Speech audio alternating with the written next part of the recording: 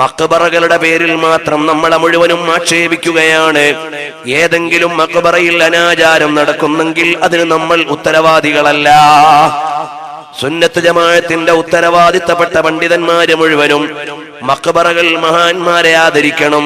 അവിടെ ഏതെങ്കിലും കമ്മിറ്റിക്കാർ അനാചാരം നടത്തിയാൽ, അനാശാസ്യ പ്രവണതകൾ നടത്തിയാൽ അതിന് നമ്മൾ ഉത്തരവാദിയല്ല, ഇസ്ലാം ഉത്തരവാദിയല്ല. നമ്മളെ കൊണ്ട് നിയന്ത്രിക്കാൻ പറ്റുന്ന തലങ്ങളിലെല്ലാം നിയന്ത്രിക്കാറുണ്ട്. കണ്ടില്ലേ ബഹുമാനപ്പെട്ട പേരോട് ഉസ്താദ് അവറുകൾ, ഈ ഇരിക്കുന്ന മഹാന്മാരായ ഉസ്താദുമാരുടെയൊക്കെ ജ്യേഷ്ഠന്മാരും ഉസ്താദുമാരും ഒക്കെ തന്നെയാണ്. അവരവരുടെ ധർമ്മം നിർവഹിച്ചത് തുറന്നു പറയുന്നുണ്ട്. ഞങ്ങൾക്ക് അത്രയും ഒന്നും പറയാനില്ലെങ്കിലും അതാ ഞങ്ങളുടെ ഉസ്താദുമാർ അവർ ഈ സമൂഹത്തിൽ വേണ്ട ദൗത്യം നിർവഹിക്കുന്നു.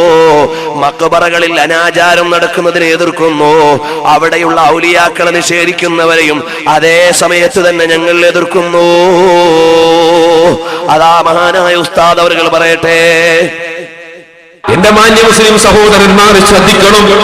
എന്റെ ജീവിതത്തിൽ എന്റെ പ്രസംഗം 4 കാര്യത്തിനെതിരാണ് ഞാൻ ഇന്നുവരെ ഉപയോഗിച്ചത്. ഒന്ന്, തീവ്രവാദത്തിനും ഭീകരവാദത്തിനും എതിരാണ്.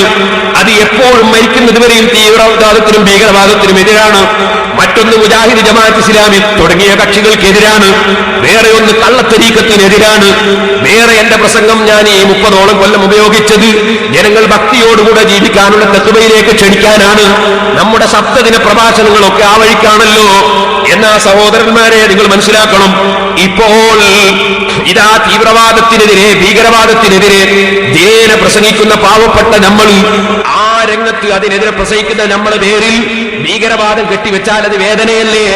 ഇതുപോലെ ഞാൻ നിങ്ങളോട് പറയട്ടെ, കള്ളത്തരീഖത്തിനെതിരെ പ്രസംഗിക്കുന്ന നമ്മളെ മുന്നിൽ ഇവിടെ കൊണ്ടുവന്ന് കള്ളത്തരീഖത്തിന്റെ ശൈഖിന്റെ കൈപിടിച്ച് പെണ്ണുങ്ങൾ ചുംബിക്കുന്നത് ഇവിടെ കാണിക്കുകയാണ് മൗലവി. ഇതുപോലെ തന്നെ അതാ എന്റെ പ്രസംഗത്തിൽ ഞാൻ എവിടെയും പറയുന്ന ഒരു സംഗതിയാണ്, ഈ മഖ്ബറകളിൽ നടക്കുന്ന അനാചാരം, കുറെ വേണ്ടാത്ത മുട്ടും ഹറാമായ മുട്ടും പാട്ടും, അതുപോലെ തന്നെ കുറെ വാദ്യമേളങ്ങളും ഗാനമേളകളും നൃത്തങ്ങളും തോന്നിവാസങ്ങളും മഖ്ബറകളിൽ നടത്തുന്നതിനെതിരെ ഞാൻ എത്ര പ്രസംഗം നടത്തി. തിരൂരിൽ വെച്ച് പ്രസംഗിച്ച് അൽഹംദുലില്ലാഹ് മാറ്റിച്ചു, പല സ്ഥലങ്ങളിലും മാറ്റിച്ചു. എന്നാ ഞാൻ നിങ്ങളോട് പറയട്ടെ, അക്കൂട്ടത്തിൽ കഴിഞ്ഞ പ്രസംഗത്തിൽ ഞാൻ MA ഉസ്താദിന്റെ വളരെ കാലം മുമ്പുള്ള ഒരു ലേഖനം എടുത്ത് വായിച്ചു. അതിൽ പഴയ ഒരു ലേഖനമാണ്. അതിൽ മഖ്ബറയിലെ അനാചാരത്തിനെതിരാണ്. അവിടെ മസാർ എന്ന സ്ഥലത്ത് ഞാൻ മറ്റാരിൽ നിന്ന് വായിച്ചു പോയി വലിയൊരു സമൂഹക്കാർക്ക് പറഞ്ഞത്, വളരെ പഴയൊരു സാധനം, വായിക്കാൻ കിട്ടാത്തൊരു സാധനം. ആ സാധനം വായിക്കുമ്പോൾ എന്റെ മസാർ എന്നുള്ള സ്ഥലത്ത് മറ്റാരിൽ നിന്ന് വായിച്ചു പോയത് വലിയൊരു തെറ്റായി പോയി പോലും. എന്നാ നിങ്ങൾ മനസ്സിലാക്കണം, ഇവിടെ ഇത്രയും കൂടുതൽ ഖബറിന്റെ അടുക്കൽ മഖ്ബറകളിൽ അജ്മീറിലും നാഹൂറിലും അതുപോലെ അതേ ഇബ്രാഹിം ബാദുഷ തങ്ങളുടെ ഏർവാടിയിലും പല സ്ഥലങ്ങളിലും നൂറുകണക്കിന് അനാചാരം നടക്കുന്നുണ്ട്. പലരും പോയി സുജൂദ് ചെയ്യുന്നുണ്ട്, പലരും തോന്നിവാസം ചെയ്യുന്നുണ്ട്. അതിനെതിരെ ശക്തിയായി പ്രസംഗിക്കുന്ന എന്നെ ഗണ്ണിക്കാൻ വന്ന മൗലവി ഇവിടെ ചെയ്ത തോന്നിവാസമാണ് ഞാൻ പറയുന്നത്. കുറെ മഖ്ബറകളിൽ നടക്കുന്ന ശറഇൽ പറ്റാത്ത അനാചാരങ്ങൾ കൊണ്ടുവന്നു ഇവിടെ CD കാണിച്ചിട്ട് പറയും ഇതാണ് സുന്നികൾ ഏർപ്പാടെന്ന് പറയുന്നു. ഓ മൗലവി, പാവപ്പെട്ട ഞാനത് ചെയ്യാറുണ്ടോ? മഹാന്മാരുടെ മഖ്ബറകളിൽ അവരെ ആദരിച്ചുകൊണ്ട് സിയാറത്തിന് പോകണം. അതേ സമയത്ത് ചില നാടുകളിലോ ആണും പെണ്ണും എല്ലാം കൂടെ പൊട്ടി നിറച്ചിട്ട് ഓണത്തിന് സിയാറത്ത് ടൂറിൽ ഏർവാടി, മുത്തുപേട്ട, കിഴക്കര, വാൽനോക്ക് എന്നിങ്ങനെ പറയുമ്പോൾ വലിയ പോസ്റ്ററും നോട്ടീസും അടിച്ചിറക്കിയിട്ട് ആണിനെയും പെണ്ണിനെയും കൂടി കലർത്തിയിട്ട് വണ്ടിയിൽ കയറ്റി അതാ ഒരു സിയാറത്ത് ടൂറ്. അതിൽ അന്യാണും അന്യ പെണ്ണും തമ്മിൽ ഇടകളിലുന്നതും അതുപോലെ നിസ്കാരം സമാക്കുന്നതും ഔറത്ത് പൂർണ്ണമായി മറിക്കാത്തതും എല്ലാമായ ഒരുപാട് തെറ്റുകാര്യങ്ങൾ ചെയ്തുകൊണ്ടാണ് ആ പോകുന്നത്. അത്തരം സിയാറത്ത് ടൂറിന് നമുക്ക് ന്യായീകരിക്കാൻ പറ്റൂല.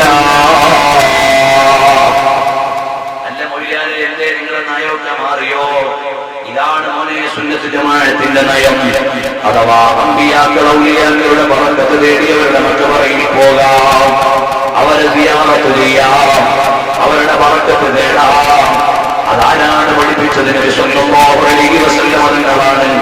കുന്തു നഹൈതുകും അൻ സിയാറത്തിൽ ഖുബൂരി ഫസൂറുഹാ, നിങ്ങൾ സിയാറത്ത് ചെയ്തോളൂ, നബി തങ്ങൾ സമ്മതം തന്നതാണ്. അബൂ ഹനീഫ ഇമാം റളിയല്ലാഹു അൻഹുവിന്റെ ഖബറിൽ ശാഫിഈ ഇമാം സിയാറത്തിന് പോയതാണ്. അവിടുന്ന് വല്ല വിഷമവും ഉണ്ടായാൽ 2 റക്അത്ത് നിസ്കരിച്ച് അബൂ ഹനീഫ ഇമാം സിയാറത്ത് ചെയ്ത് ദുആ ചെയ്താൽ വിഷമം മാറിക്കിട്ടാറുണ്ട് എന്ന് ശാഫിഈ ഇമാം പറഞ്ഞ വിവരം ഇമാം ഖതീബുൽ ബഹുമാന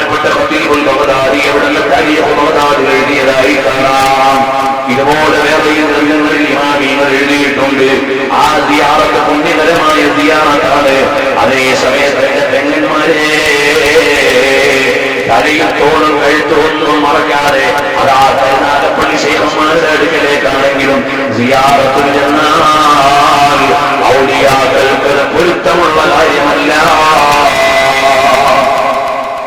കോഴിക്കോട്ടുകാരിയായ ഉമ്മാക്ക് കരുനാഗപ്പള്ളി ശൈഖന്മാരെ സിയാറത്ത് ചെയ്യാൻ അവർ ഇസ്ലാം പഠിപ്പിച്ച മത പാലിച്ചുകൊണ്ട് അവിടെ പോയി സ്ത്രീകൾക്കുള്ള സ്ഥലത്ത് പോയി മറ്റുള്ള പുരുഷന്മാരോട് ഇടകളില്ലാതെ ബർക്കത്ത് തേടി ദുആ ചെയ്തു വരാം. അതേ സമയത്ത് അതാ ഇസ്ലാം പഠിപ്പിച്ച വേഷമില്ല, ഇസ്ലാം പഠിപ്പിച്ച ചിട്ടയില്ല, ഒന്നുമില്ല. അവിടെ സ്ത്രീകൾക്ക് വേറെ വഴിയുണ്ടെങ്കിൽ അതൊന്നും അവർക്ക് ബാധകമല്ല. എല്ലാം ചാടിക്കേറി അവിടെയും ഇവിടെയും കയറിയിട്ട് ചെന്നാൽ ആ കിടക്കുന്ന ശൈഖന്മാരുടെ പൊരുത്തം നമുക്ക് കിട്ടുമോ? കിട്ടുകയില്ല. കാരണം അല്ലാഹുവിന്റെ ദീനിന്റെ നേതാക്കന്മാർ ഇവിടെ ജീവിച്ചത് അല്ലാഹുവിന്റെ ദീന് ജീവിപ്പിക്കാനാണ്. സുന്നത്തി വൽ നമ്മുടെ വേദിയിലേക്ക് വരുന്നു. അല്ലാഹു തആല ദീർഘായുസ്സുമാറാകട്ടെ. ഒരുപാട് കാലം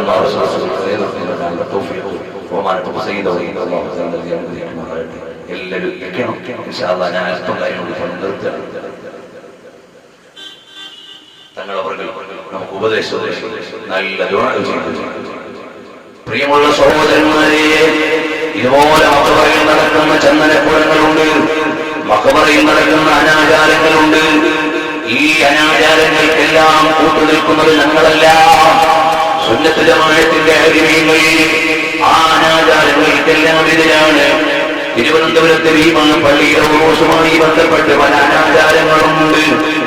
അവിടുത്തെ കമ്മിറ്റിക്കാരോട് തന്നെ ഞാൻ പറഞ്ഞിട്ടുണ്ട്.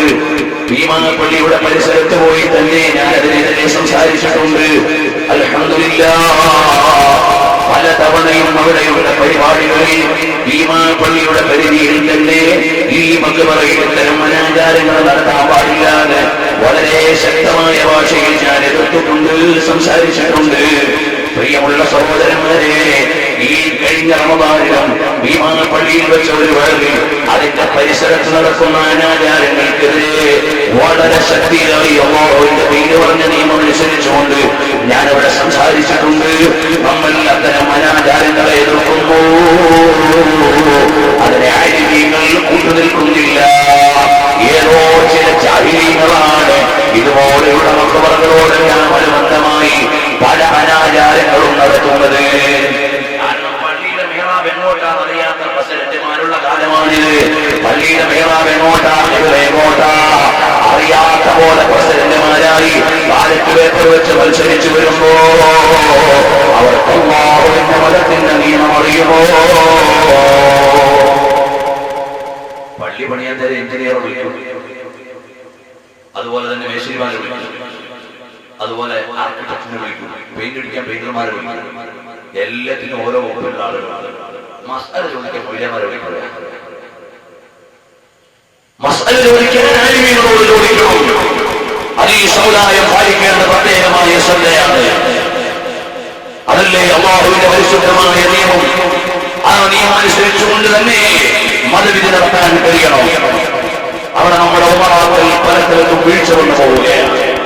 ഞാനൊരിക്കൽ ദമാമിൽ ചെന്നപ്പോൾ ആ കത്തിലുള്ളത് എന്താണ്? വ്യക്തമായി പരാക്കളിൽ വിവരം ഒരാൾ പള്ളിക്കാൻ വേണ്ടി അറിയിച്ചു. ഞാൻ എന്റെ ഭാര്യയെല്ലാം ചൊല്ലി എല്ലാ നിബന്ധനകളൊക്കെ കലാക്കിയല്ല. പള്ളി കമ്മിറ്റിക്കാരിൽ യഥാർത്ഥത്തിൽ ആലിമിനെ കാണിക്കേണ്ടതാണ്, ആലിമിനെ കാണിക്കേണ്ടതാണ്. എന്നാൽ അത് കാണിച്ചില്ല. അവര് കമ്മിറ്റി കൂടിയിട്ട് ഒരു കത്ത് തിരിച്ചെഴുതി. കുടുംബജീവിതം എന്ന് പറഞ്ഞാൽ അതിന്റെ തമാശ കളിക്കാനുള്ളതല്ല. അതുകൊണ്ട് നിങ്ങൾ ഒരുമിച്ച് ജീവിക്കണമെന്ന് കമ്മിറ്റിക്കാർ തിരിച്ച് കത്തെഴുതി.